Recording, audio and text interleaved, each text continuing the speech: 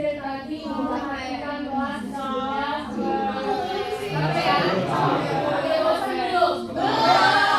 Ayo benar. Benar ya, udah bosan ya. Sekarang aku mau ajak teman-teman untuk pegangan dulu nih. Boleh nggak teman-teman berdiri di tempat? Boleh. Berdiri semua ya. Oke, udah berdiri semua? Udah. Nah, sekarang aku mau kasih instruksi ke kalian semua. Kalau aku bilang tepuk satu, kalian tepuk satu kali. Kalau misalnya aku bilang tepuk dua, kalian tepuk dua kali. Kalau misalnya saya bilang tepuk tiga, itu diam, semuanya diam. Oke, dapat dipahami teman-teman? Oke. Saya mulai ya. Tepuk satu, tepuk dua, tepuk tiga.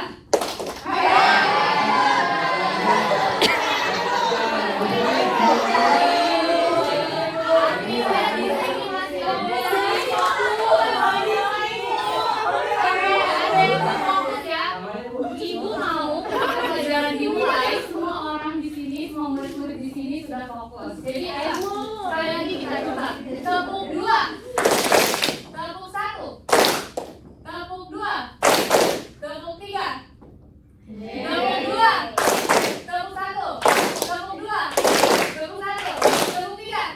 Keren banget. Teman-teman di sini udah fokus semuanya. Oke, berarti udah bisa ya, kita lanjut masuk ke materi. Oke, terima kasih teman-teman. Nah, pada pertemuan kali ini Ibu akan membahas tentang siklus geotermal umum. Teman-teman di sini udah ada yang pernah dengar geotermal umum itu apa? Udah. Kapan tuh? Oh, dengar aja. Nah, sebelum kita masuk ke geotermal umum, kita itu perlu membahas apa itu perusahaan jasa. Jadi, perusahaan jasa merupakan perusahaan yang kegiatan utamanya adalah memberikan pelayanan ataupun jasa, lalu atau menawarkan keahlian tertentu untuk memenuhi kebutuhan konsumen. Jadi teman-teman, di perusahaan jasa ini, perusahaan tidak menjual barang apapun. Mereka hanya memberikan pelayanan ataupun keahlian kepada konsumen yang membutuhkan. Nah, ada yang tahu contoh dari perusahaan jasa itu apa? Oke, saya salah.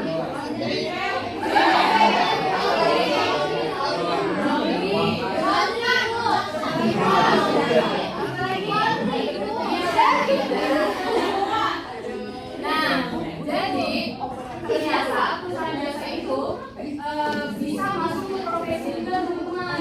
Contohnya nih, kita anak pendidikan akuntansi, ada yang mau jadi akuntansi.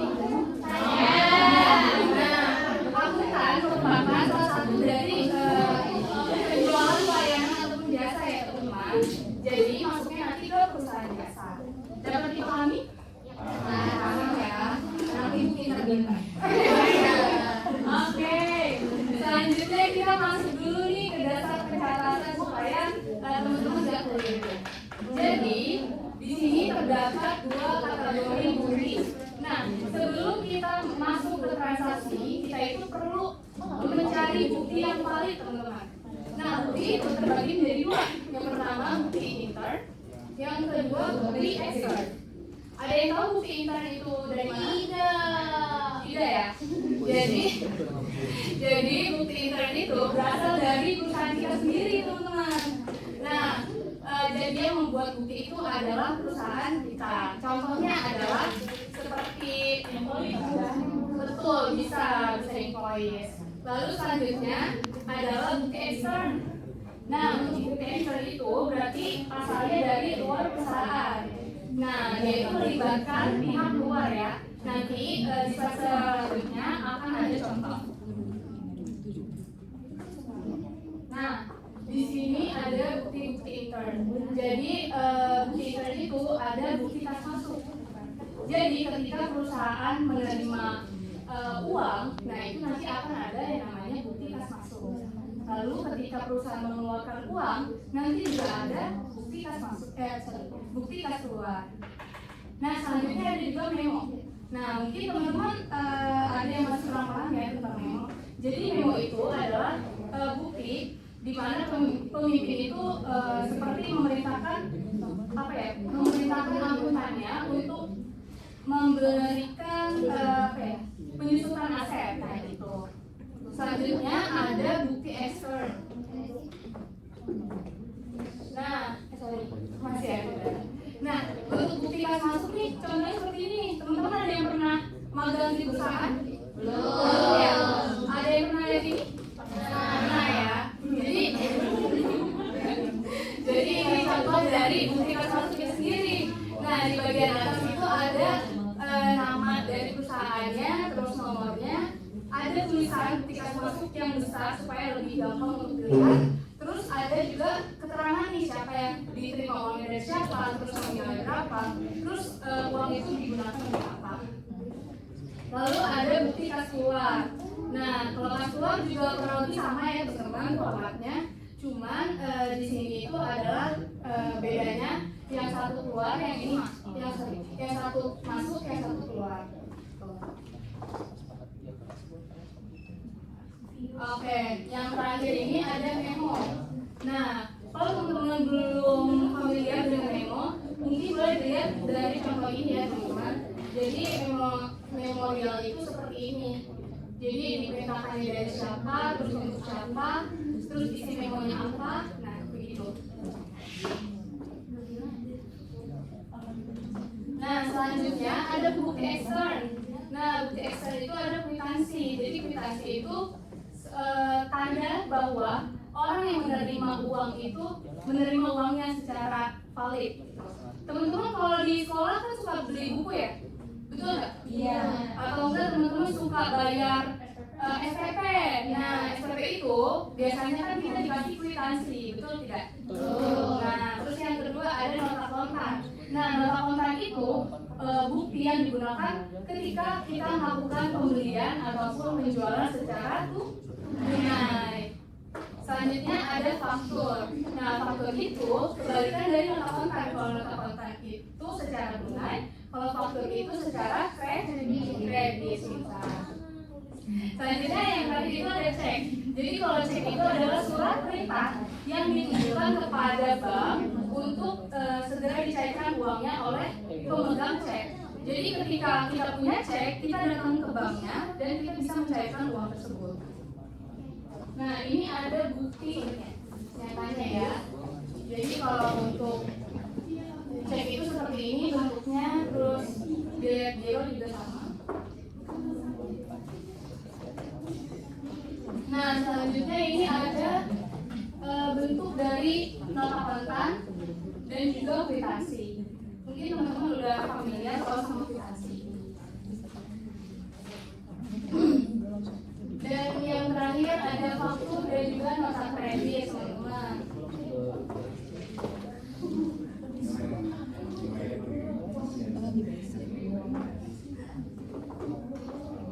Nah, yang terakhir ini ada nota debit. Tadi kan ada nota kredit dan ini nota debit. Nah, sekarang kita masuk nih ke apa sih jurnal umum itu? Aku boleh nggak minta salah satu jawaban dari teman? Setahu teman-teman aja. Kira-kira apa sih jurnal umum itu sebelum ibu menjelaskan? Ada yang mau jawab? Mungkin boleh kita. Kira-kira nih menurut Vito, ya, menurut Vito apa sih jurnal umum itu? Ya, boleh. Jurnal umum itu ada posisi debit sama kreditnya kan. Oke, terima kasih ya Vito atas jawabannya. Sebenarnya jawaban Vito itu betul, cuma masih belum lengkap ya teman-teman. Jadi ibu di sini mau menjelaskan. Nah, jurnal umum itu adalah buku yang digunakan untuk mencatat semua transaksi keuangan secara kronologis. Kronologis itu artinya sesuai dengan waktu transaksi tersebut terjadi. Nah, dan juga pencatatan itu disemati selama periode tertentu.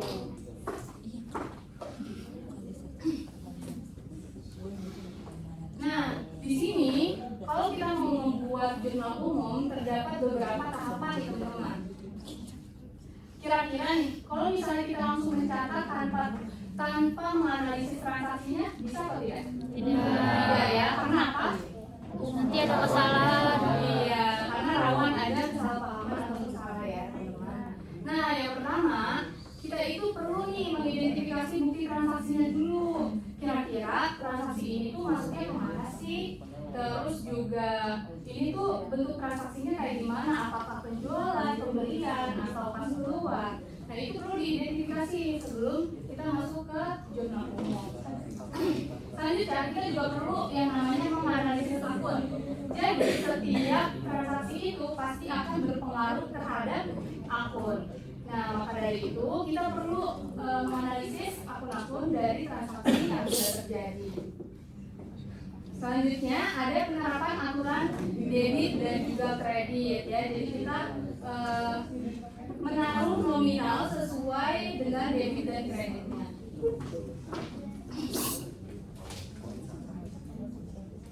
Nah, oke. Di sini ada yang namanya posisi akun, teman-teman. Yang pertama nih, akun itu dibagikan menjadi beberapa kelompok. Ada akun aset, akun hutang, terus akun modal, pendapatan, dan juga beban. Nah, mereka itu punya masing-masing posisi akunnya sendiri ya, teman-teman. Jadi, misalnya kalau aset nih, aset itu kalau bertambah dia di debit. Kalau dia berkurang berarti di kredit. Nah, saya mau tanya, kira-kira di sini ada yang tahu dari contoh aset? Iya, kan bisa? Gedung. Oke, gedung juga betul. Hutang juga bisa. Terus kalau contoh hutang, ya seperti itu ya teman-teman, seperti bank, hutang bank gitu. Paylater nggak termasuk perusahaan nggak pakai paylater deh kayaknya.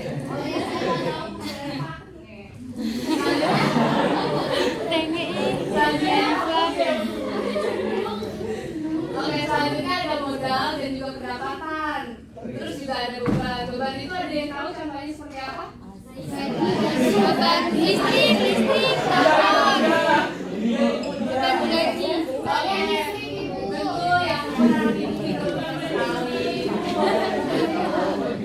Nah, teman-teman, ini semua itu ya, kenapa sih ada debit dan juga kredit? Karena akuntansi itu adalah apa ya? Menggunakan rumus ini teman-teman. Jadi aset sama dengan liabilitas dan juga ekuitas. Kira-kira teman-teman tahu nggak sih kenapa sih ada debit dan juga kredit? Paham tidak? Ya. Jadi kenapa ada debit dan juga kredit? Karena setiap transaksi itu pasti akan melalui dua akun, ya. Makanya dari itu akuntansi itu menerapkan sistem pencatatan berpasangan atau double entry. Oke, mungkin boleh dijelaskan oleh papan tulis kalian teman-teman.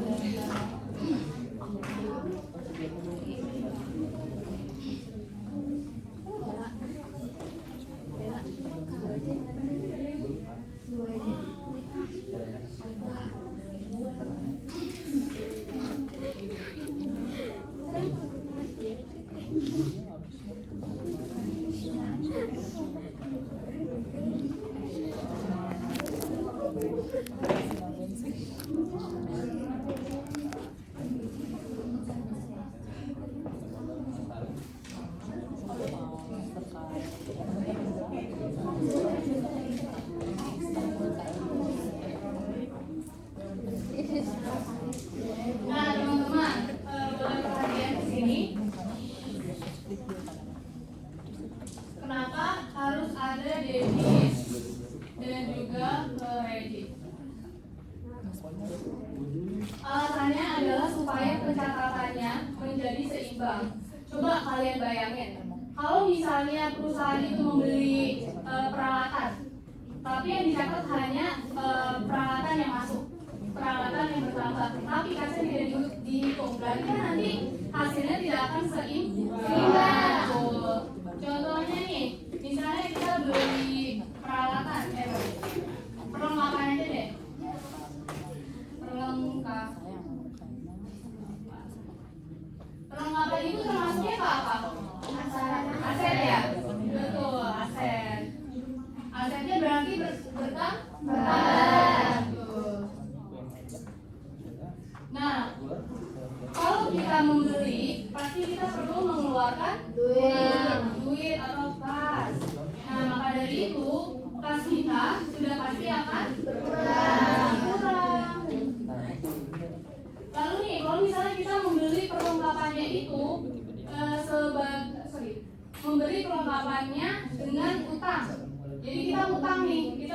perlengkapan tapi kita hutang. Kira-kira akun apa nih yang berpengaruh? Hutang ya. Jadi perlengkapannya tetap bertambah, tapi hutang kita ikutan bertambah juga.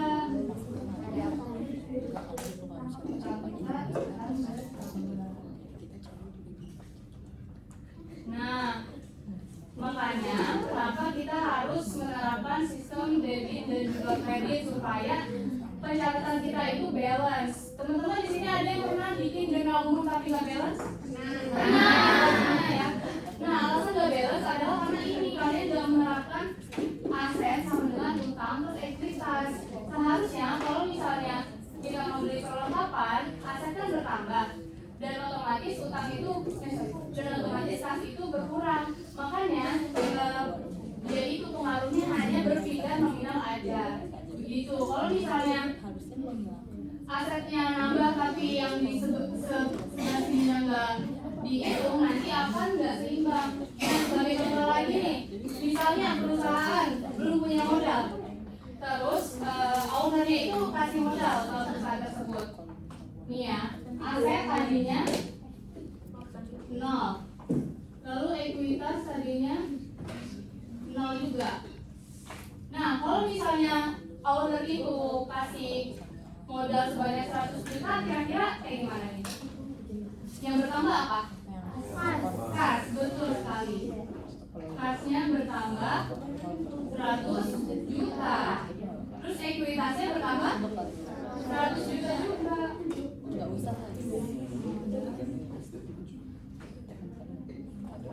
Jadi seimbang ya. Ini kas akan menjadi aset yang bertambah, lalu modal juga akan bertambah sebagai ekuitas dari rumus ini. Makanya kita itu perlu menerapkan ini supaya menjadi balance. Kalau nggak balance, nanti dianggapnya salah teman-teman. Paham ya sampai sini ya? Oh ya, sebelum masuk ke sini, kira-kira ada yang mau bertanya? Iya, apa Sasti?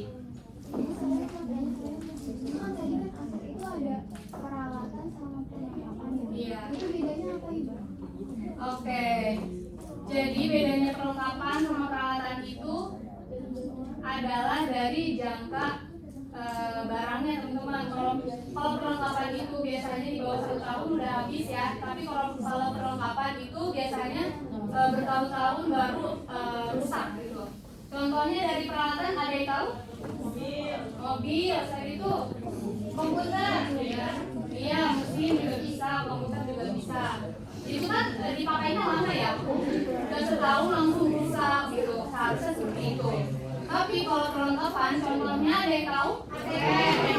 Pulpen. Terus apa lagi? Pulpen. Iya, kayak. Iya, coba kita bandingkan nih. Perusahaan beli mobil dan juga perusahaan membeli ATK. ATK itu akan digunakan terus tidak? Iya. Tapi akan habis tidak dalam waktu kurang dari 1 tahun. Nah, itu perbedaannya peralatan dan juga perlengkapan. Oke, paham ya tadi? Iya, sama-sama tadi. Oke, selanjutnya kita lanjut nih ke format jurnal umum. Jurnal umum itu ada 5 kolom teman-teman. Jadi dari tanggal, perkiraan, terus ada referensi, debit dan juga kredit. Kalau tanggal ini diisi sesuai dengan tanggal pada transaksi terjadi. Lalu untuk perkiraan itu kita mencatat akun yang berpengaruh nih. Akun yang dipengaruhi oleh transaksi yang terjadi. Nah, kalau untuk ref ini biasanya diisi dengan kode akun, tapi diisinya ketika sudah diposting ke buku besar. Selanjutnya ada debit dan juga kredit. Nah, setelah kita mengisi dari akunnya itu, nanti diperkirakan nih kira-kira dia akan ke debit atau kredit. Nah, itu dimasukkan nominalnya. Oke, saya rasa sudah cukup ya materinya kali ini. Sebelum itu saya mau cek kira-kira penjelasan saya tadi itu sudah dipahami atau belum sih oleh teman-teman. Boleh ya di scan di sini.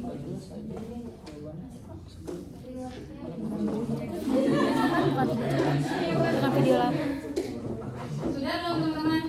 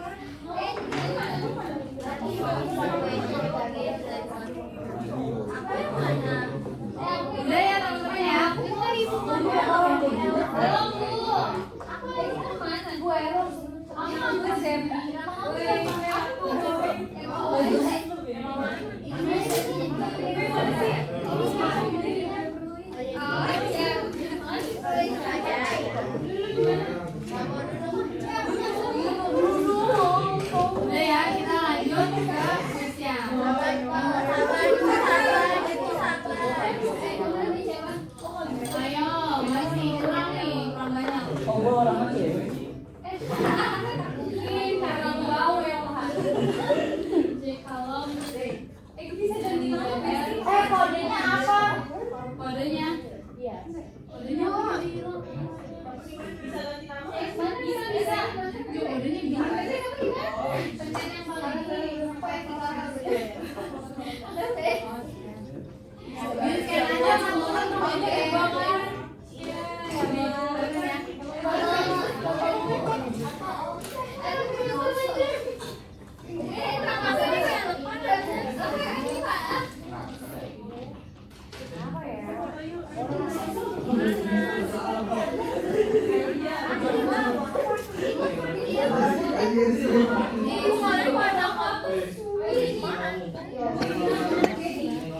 udah ya, udah semua.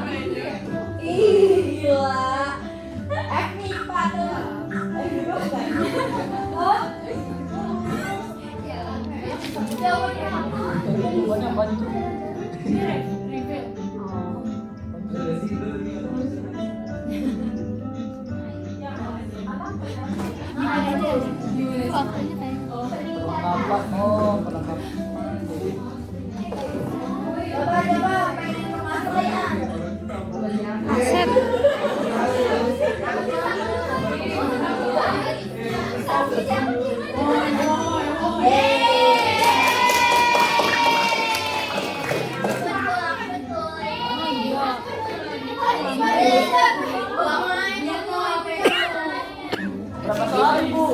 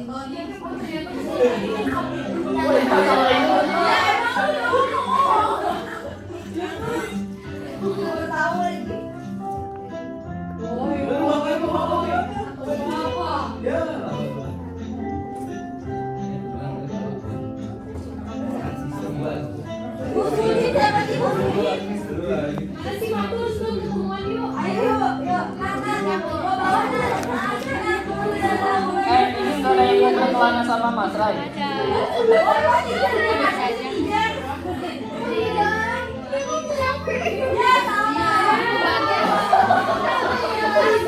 Wah.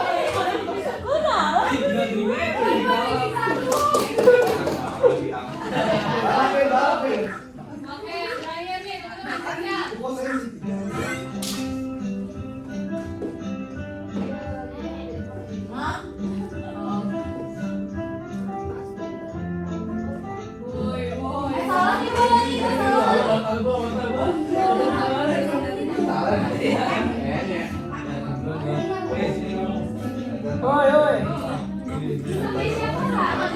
Ini Mas Rai, Mas Rai. Tahu ya, bahasa kelas Boy, masalah boy. Silang aja kali silang. Kakak belum muncul.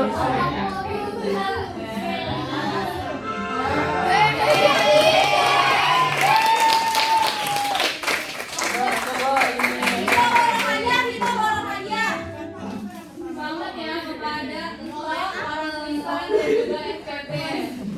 Nanti boleh langsung kirim ke grup emailnya supaya dikasih Canva gratis. Oke. Kita foto bareng di sini. Bawa. Ya, elah, ini foto lagi. Ini harus tak sini loh.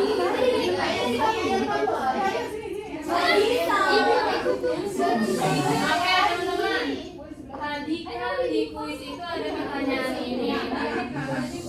Nih ya, pada tanggal 7 Februari 2024, perusahaan itu menerima pendapatan jasa sebesar 2.500.000 secara tunai. Nah, berdasarkan transaksi tersebut, akun yang terlibat dan posisi pencatatan yang benar adalah jawabannya adalah kas dan juga pendapatan jasa di kredit. Nah, ada yang mau jawab kenapa jawabannya adalah A? Boleh, Didit? Dari soal kan yang bilang dia menerima pendapatan secara tunai. Betul.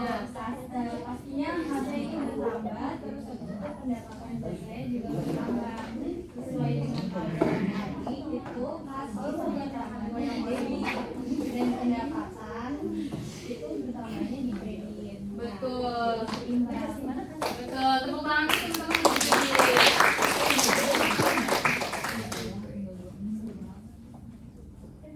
Oke, pembelajaran hari ini udah selesai teman-teman. Harapannya setelah Ibu menjelaskan tentang apa itu perusahaan jasa dan bagaimana pencatatan jurnal umum, kalian bisa menerapkan untuk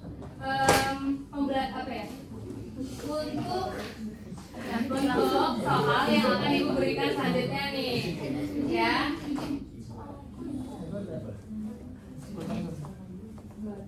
Kalau kita cuma belajar tapi nggak latihan, rasanya ada yang kurang, betul tidak? Betul. Betul dong. Kita harus sering-sering latihan supaya lebih keren lagi. Nah, di sini Ibu sudah bikin soal ya, beberapa soal dari transaksi di suatu perusahaan namanya perusahaan Studio Design Creative Sophie. Nah, jadi berdasarkan transaksi di sini, Ibu mau kalian itu membuatkan jurnal umumnya berdasarkan transaksi ini. Nah, untuk jurnal umumnya itu sendiri dibuatnya boleh di Excel aja ya, karena kita udah berkembang nih zamannya. Jadi boleh pakai Excel aja, tidak perlu pakai buku. Nanti pengumpulannya, nanti deadline-nya itu di minggu depan sebelum jam 12 malam di Google Classroom ya teman-teman. Oke? Oke, terima kasih teman-teman yang sudah mau mendengarkan materi dari Ibu. Semoga kalian bisa paham sama apa yang Ibu jelaskan. Wassalamualaikum warahmatullahi wabarakatuh.